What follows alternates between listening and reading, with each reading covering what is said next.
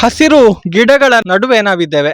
ನೀವು ನೋಡಬಹುದು ಸುತ್ತ ಹಸಿರಿದೆ, ಜೊತೆಗೆ ಸಣ್ಣ ಪುಟ್ಟ ಗಿಡಗಳು, ಅದು ಕೂಡ ವೈವಿಧ್ಯಮಯ ಹಣ್ಣಿನ ಗಿಡಗಳು. ಇದು ಮೂಸಂಬಿಯ ಗಿಡ. ನಾವು ಈ ಭಾಗದಲ್ಲಿ ನಮಗೆ ನೋಡೋದಿಕ್ಕೆ ಬಹಳಷ್ಟು ಕಡಿಮೆ ಅಂತಾನೆ ಹೇಳ್ಬೋದು, ಅಥವಾ ದುರ್ಲಭ ಅಂತಾನೆ ಹೇಳ್ಬೋದು.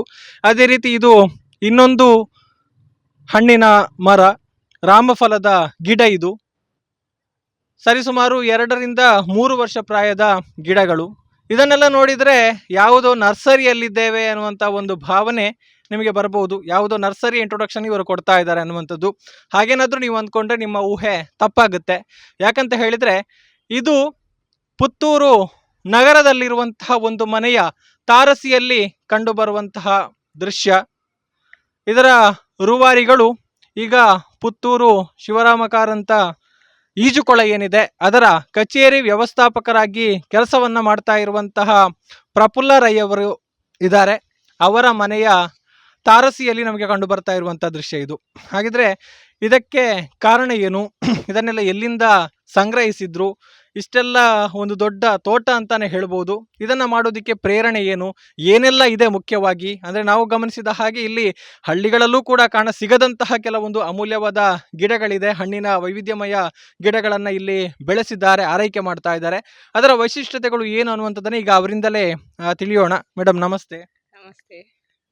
ಇದನ್ನೆಲ್ಲ ನೋಡಿದ್ರೆ ಈಗಾಗಲೇ ಹೇಳಿದ ಹಾಗೆ ಎಲ್ಲೋ ಒಂದು ನರ್ಸರಿಯಲ್ಲಿ ಇದೆ, ಅಷ್ಟೊಂದು ಕಲೆಕ್ಷನ್ಸ್ ಇದೆ, ಅಷ್ಟೊಂದು ವೈವಿಧ್ಯಮಯ ಗಿಡಗಳಿದೆ. ಇದಕ್ಕೆ ಪ್ರೇರಣೆ ಏನು? ಯಾವಾಗ ಈ ಒಂದು ಪ್ರಯತ್ನವನ್ನ ಆರಂಭಿಸಿದ್ರಿ? ಅದನ್ನ ಸ್ವಲ್ಪ ಎಕ್ಸ್ಪ್ಲೈನ್ ಮಾಡಬಹುದಾ ಅಂತ. ಪ್ರೇರಣೆ ಏನಿಲ್ಲ, ನಮಗೆ ಒಂದು ಹಾಬಿ ಅಷ್ಟೇ. ಮತ್ತೆ ಮಂಗಳೂರಿಂದ ತಂದಿದ್ದೇವೆ ಇದನ್ನು. ಒಬ್ರು ಬಲನಾಡಿ ಸೋಜ ಅವರ ಟೆರೆಸ್ ಗಾರ್ಡನ್ ನೋಡಿ ಮತ್ತೆ ಇಂಟ್ರೆಸ್ಟ್ ತುಂಬಾ ಬಂತು, ಅವರೇ ತಂದು ನೆಟ್ಟದಿದು. ಎಷ್ಟು ವರ್ಷ ಆಯ್ತು ಈಗ ಇದನ್ನೆಲ್ಲ ಮಾಡಿ? 5 ವರ್ಷ. 5 ವರ್ಷದಿಂದ 3 ವರ್ಷದ ಗಿಡಗಳಿವೆ ಇದರಲ್ಲಿ. ಎಲ್ಲ ಫ್ರೂಟ್ಸ್ಗಳು, ತರಕಾರಿಗಳು, ಸ್ವಲ್ಪ ಇದು ಹೂವಿಂದು. ಈಗ ಎಕ್ಸ್ಪ್ಲೇನ್ ಮಾಡಬಹುದಾ ಯಾವುದೆಲ್ಲ ಇದೆ? ಇಷ್ಟೆಲ್ಲ ಗಿಡಗಳ ಒಂದು ವೈಶಿಷ್ಟ್ಯತೆ ಏನು, ಯಾವುದೆಲ್ಲ, ಎಷ್ಟು ವರ್ಷ ಆಯಿತು, ಅದರ ಹಿನ್ನೆಲೆ ಏನು ಅನ್ನುವಂಥದ್ದನ್ನ ಆರಂಭದಿಂದಲೇ ಶುರು ಮಾಡೋಣ. ಇದು ಡ್ರ್ಯಾಗನ್ ಫ್ರೂಟಿನ ಮೊಗ್ಗೆ. ಇದು ಡ್ರ್ಯಾಗನ್ ಫ್ರೂಟ್. ಇದು 5 ವರ್ಷದ ಗಿಡ. ಇದರಲ್ಲಿ ಒಂದು ವರ್ಷಕ್ಕೊಂದು 25 ರಿಂದ 30 ಹಣ್ಣಾಗ್ತದೆ ಒಂದು ಗಿಡದಲ್ಲಿ. ಅದು ಹೆಚ್ಚಾಗಿ ಎಲ್ಲಿ ಬೆಳೆಯುವಂತ ಗಿಡ? ಮತ್ತೆ ಇಲ್ಲಿ ನಿಮಗೆ ಅದು ಹೆಚ್ಚಾಗಿ ಮರುಭೂಮಿ ಅಂತ ಹೇಳಬಹುದು, ಆದ್ರೆ ಕ್ಲಿಯರ್ ಆಗಿ ಗೊತ್ತಿಲ್ಲ ನಂಗೆ. ಇಲ್ಲಿ ಅದರ ಆರೈಕೆ ಹೇಗೆ, ಏನೆಲ್ಲ ಹಾಕ್ತಿರೋದು? ಅದು ಸಿಂಪಲ್, ನೀರು ಕಡಿಮೆ, ಗೊಬ್ಬರ ಕಡಿಮೆ, ತರಗೆಲೆ ಇಲ್ಲ. ಇನ್ನು ಮುಂದಕ್ಕೆ ಇದನ್ನೇ ನಾವು ಇಡೀ ಟೆರೆಸ್ಗೆ ಮಾಡುವ ಅಂದಾಜು ಇದ್ದೇವೆ. ನೆಕ್ಸ್ಟ್ ಏನೇನೆಲ್ಲ ಇದೆ? ಇದು ಮುಸುಂಬಿ ಗಿಡ, 2 ವರ್ಷದ, ಇದರಲ್ಲಿ ಆಗ್ಲಿಲ್ಲ, ಆಗಬೇಕಷ್ಟೇ. ಅದು ಪೀನಟ್ ಬಟರ್ ಫ್ರೂಟ್. ಹೀರೆಕಾಯಿ. ಇದು ಸೋರೆಕಾಯಿ ಗಿಡ, ಆಗುವುದಷ್ಟೇ.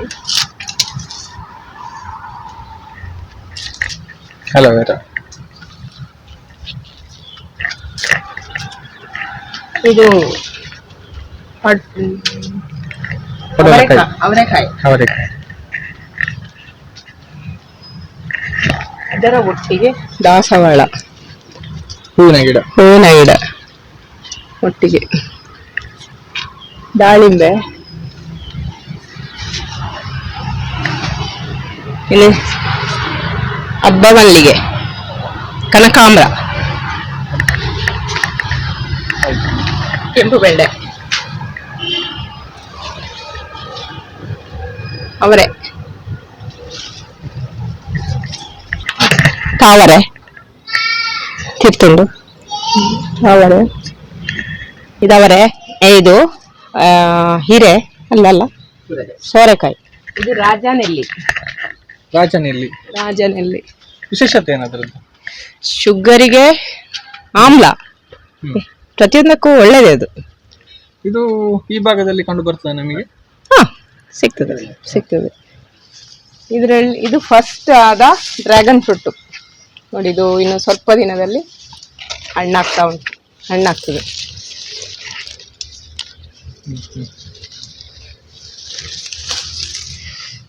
ಮುಸುಂಬಿ 3 ವರ್ಷದ ಗಿಡ ಇದು. ಇದರಲ್ಲಿ ಕಳೆದ ವರ್ಷ ಒಂದು 20 ಆಗಿತ್ತು.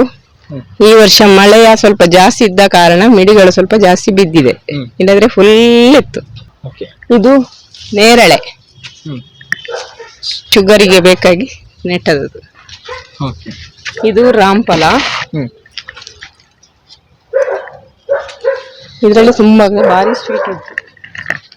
ಇದು ಹನುಮಂತ ಫಲ, ಹನುಮಂತ ಫಲ.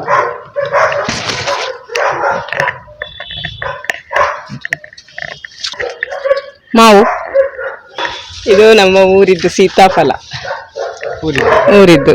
ಇದು ಮಡಿಕೇರಿ ಆರೆಂಜ್, ಮಡಿಕೇರಿ ಆರೆಂಜ್. ಸಣ್ಣ. ಹ್ಮ್.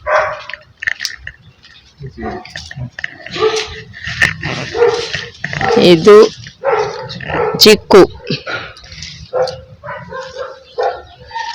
ಇದು ಜೊಬ್ಯಾಟಿಕಾಬಾ ಅಂತ ಹೇಳುವ ಜರ್ಮನಿಯ ಒಂದು ಮರದ್ರಾಕ್ಷೆ. ಭಯಂಕರ ಟೇಸ್ಟ್ ಉಂಟಿದು, ಇಷ್ಟು ದೊಡ್ಡದಾಗ್ತದೆ. ಸೀಡ್ಲೆಸ್ ಅಂಬಡೆ,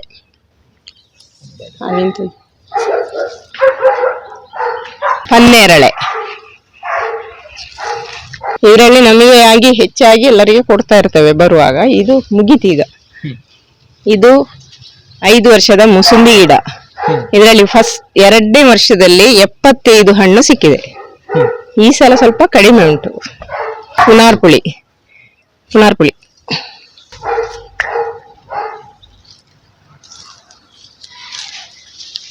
ಇದು ಪೀನಟ್ ಬಟರ್ ಫ್ಲೋಟ್. ಇದು ಫಸ್ಟ್ ಮರ, ಇದು 5 ವರ್ಷದ್ದು. ಅಲ್ಲಿ ಬುರ್ದು ಬಸಳೆ, ಇದು ಬೀಜದಲ್ಲಿ ಆಗುವಂತ ಬಸಳೆ. ಇಲ್ಲಿದೆ ಬೀಜ. ಈ ಬೀಜ ಹಾಕಿದ್ರೆ ಬರ್ತದೆ.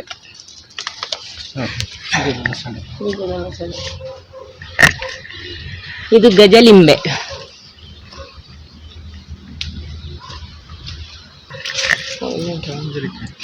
ಗರಿ ಎಷ್ಟು ದೊಡ್ಡದಾಗ್ತದೆ. ನಂದು ಡ್ರ್ಯಾಗನ್ ಫ್ರೂಟಿನ ಮದರ್ ಪ್ಲಾಂಟ್ ಇದು. ಇದರಿಂದ ಒಂದು ಗಿಡದಿಂದ ಇಷ್ಟೆಲ್ಲ.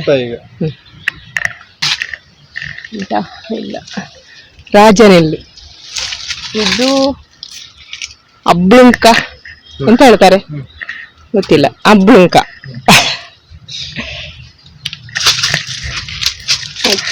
ಇದು ಇರೋದು ಬುಟ್ಟಿಯಲ್ಲಿ ಆಯ್ತಾ, ಬಟ್ಟಿಯಲ್ಲಿ. ಇದು ಕೆಸ್ಸು. ಇದರಲ್ಲಿ 4 ಟೈಪಿದ ಕೆಸ್ಸು ಇದೆ ನನ್ನ ಹತ್ರ.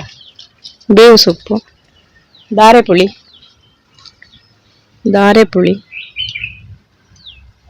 ಇದು ಬುಗರಿ. ವರ್ಷ ಇಡೀ ಆಗ್ತಾ ಇರ್ತದೆ. ಇದರಲ್ಲಿ ಒಂದು ಚಿಕ್ಕ ಆಪಲ್ ಉಂಟಲ್ಲ, ಅಷ್ಟು ದೊಡ್ಡದಾಗ್ತದೆ. ಅದಕ್ಕಿಂತ ಟೇಸ್ಟ್ ಉಂಟು.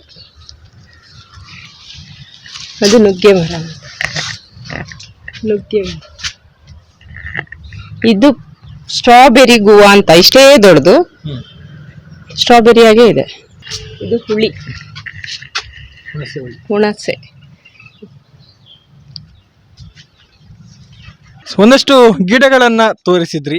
ಇದನ್ನೆಲ್ಲ ಯಾವಾಗ ಇದರ ಆರೈಕೆ ಮಾಡ್ತೀರಿ? ಅಂದ್ರೆ ಬೇರೆ ಕೆಲಸದ ಒತ್ತಡ ಕೂಡ ಇರೋದ್ರಿಂದ ಹೇಗೆ ಮ್ಯಾನೇಜ್ ಮಾಡ್ತೀರಿ ಇದನ್ನೆಲ್ಲ ಅಂತ? ಇದಕ್ಕೆ ದಿನಕ್ಕೆ 2 ಗಂಟೆಯ ಟೈಮ್ ಕೊಟ್ರೆ ಸಾಕಾಗ್ತದೆ. ಸಾಕು.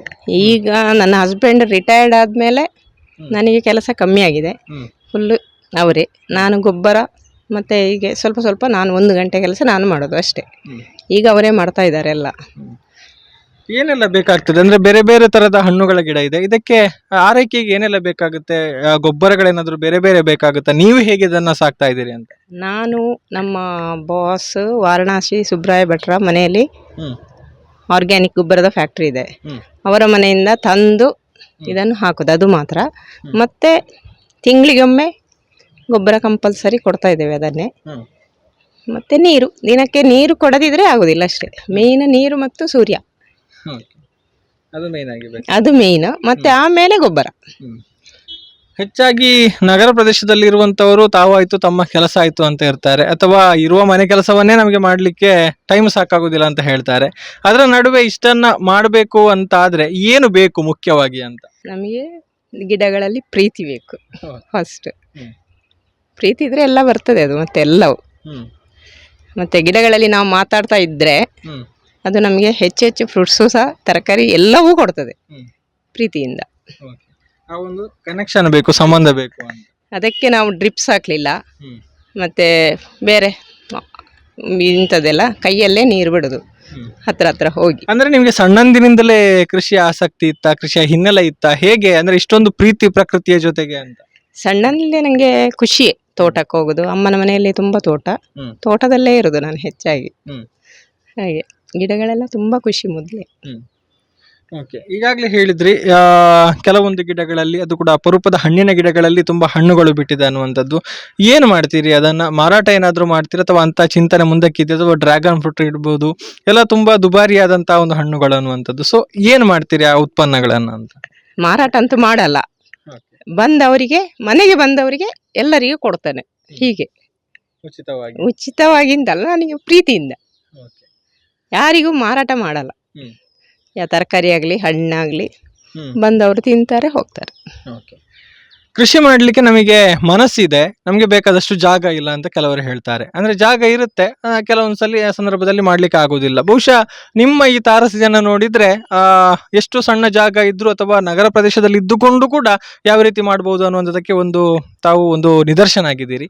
ಏನ್ ಹೇಳ್ತೀರಿ ಅಂತಹ ಒಂದು ಮಾತನ್ನ ಹೇಳುವಂತವರಿಗೆ? ಎಲ್ಲರ ಹೆಂಗಸರು ಮಾಡಬೇಕು ಅಂತ ನನ್ನೊಂದು ಆಸೆ. ನಾನು ಹೆಚ್ಚಿನ ನನ್ನ ಫ್ರೆಂಡ್ ಸರ್ಕಲ್ ಲೇಡೀಸನ್ನು ಇಲ್ಲಿಗೆ ಕರಿತೇನೆ, ಮಾಡಿ ಹೆಚ್ಚಿನವರು ಮಾಡ್ತಾ ಇದ್ದಾರೆ. ನನ್ನನ್ನು ನೋಡಿಯೇ ಆಚೆ ಮನೆಯವರು ಮಾಡ್ತಾ ಇರೋದು ಈಗ. ಖುಷಿ ಇದೆ ನಿಮಗೆ? ನನಗೆ ಖುಷಿ ಇದೆ.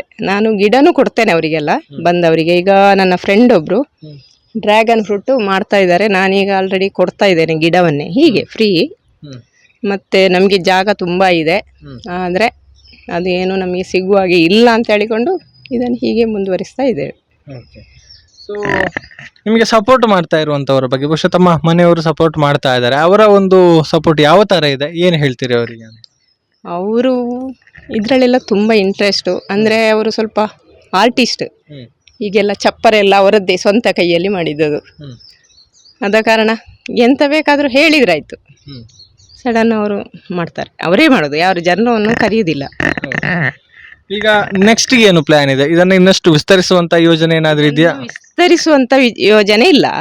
ಈಗ ಈ ದೊಡ್ಡ ಗಿಡಗಳನ್ನೆಲ್ಲ ಯಾರಿದನ್ನು ಚಂದ ನೋಡಿಕೊಳ್ತಾರ ಅಂಥವರಿಗೆ ಕೊಟ್ಟು ನಾನು ಪುನಃ ಶುರುವಿಂದ ಚಿಕ್ಕ ಗಿಡ ಹಾಕುವ ಅಂದಾಜಲ್ಲಿ ಇದ್ದೇನೆ. ಆ ಮೂಲಕ ಇನ್ನಷ್ಟು ಗಿಡಗಳ ಜೊತೆಗೆ ಒಂದು ಸಂಬಂಧವನ್ನು ಬೆಳೆಸಿಕೊಳ್ಳುವ. ಇದನ್ನು ನಾನು ಕೊಟ್ಟಾಗ ಅವರದನ್ನು ಚಂದ ನೋಡಿಕೊಂಡ್ರೆ ಅವರ ಮನೆಯಲ್ಲಿ ಹೋಗ್ತದಲ್ಲ, ಹಾಗೆ ಇದನ್ನಿನ್ನು ನೆಕ್ಸ್ಟ್ ಇಯರ್ ಎಲ್ಲ ದೊಡ್ಡ ಗಿಡಗಳೆಲ್ಲ ಕೊಟ್ಟು ಸಣ್ಣ ಗಿಡ ಪುನಃ ಶುರು ಮಾಡುವ ಅಂದಾಜಲ್ಲಿ ಇದ್ದೇವೆ. ಸೊ ಒಟ್ಟಾರೆ ಈಗ ಮಾಡ್ತಾ ಇರುವಂತದ್ರಲ್ಲಿ ಖುಷಿ ಇದೆ, ಎರಡೂ ಕೆಲಸವನ್ನ ಬ್ಯಾಲೆನ್ಸ್ ಮಾಡ್ಕೊಳ್ತಾ ಇದ್ದೀವಿ. ಖುಷಿ ತುಂಬಾ ಇದೆ. ನಮ್ಮ ಪಾರ್ಥ ಸರ್ ಇದನ್ನು ಬಾಲವನದಲ್ಲಿ ಹಾಕುವ ಅಂತ ಹೇಳ್ತಾ ಇದ್ದಾರೆ. ಈ ಗಿಡಗಳನ್ನು ಕೊಂಡೋಗಿ ದೊಡ್ಡ ಗಿಡಗಳನ್ನು ಕ್ರಮೇಣ ಮಾಡುವ ಅಂದಾಜು. ಬಾಲವನ ಸ್ವಿಮ್ಮಿಂಗ್ ಪೂಲ್ನ ಸುತ್ತ ಈ ಗಿಡವನ್ನು ಹಾಕ್ತೇವೆ ಮೋಸ್ಟ್ಲಿ. ತಮ್ಮ ಒಂದು ಕನಸು ಈಡೇರಲಿ, ಆ ಮೂಲಕ ಕೃಷಿಯ ಬಗ್ಗೆ ಇನ್ನಷ್ಟು ಜನರಿಗೆ ಆಸಕ್ತಿ ಹುಟ್ಟಿಕೊಳ್ಳಿ ಅನ್ನುವಂಥದ್ದು ನಮ್ಮ ಒಂದು ಆಶಯ ಕೂಡ. Thank you madam. Thank you.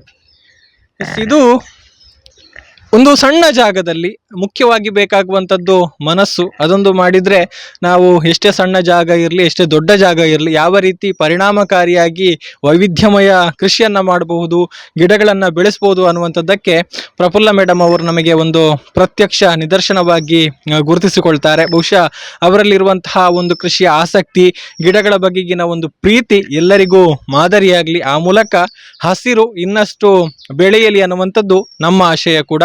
Lokesh Bannur ಜೊತೆಗೆ ಗೌತಮ್ ಶೆಟ್ಟಿ, ಸುದ್ದಿ ನ್ಯೂಸ್, ಪುತ್ತೂರು. ಸುದ್ದಿ ಚಾನಲ್, ಕ್ಷಣ ಕ್ಷಣದ ಸುದ್ದಿಗಾಗಿ.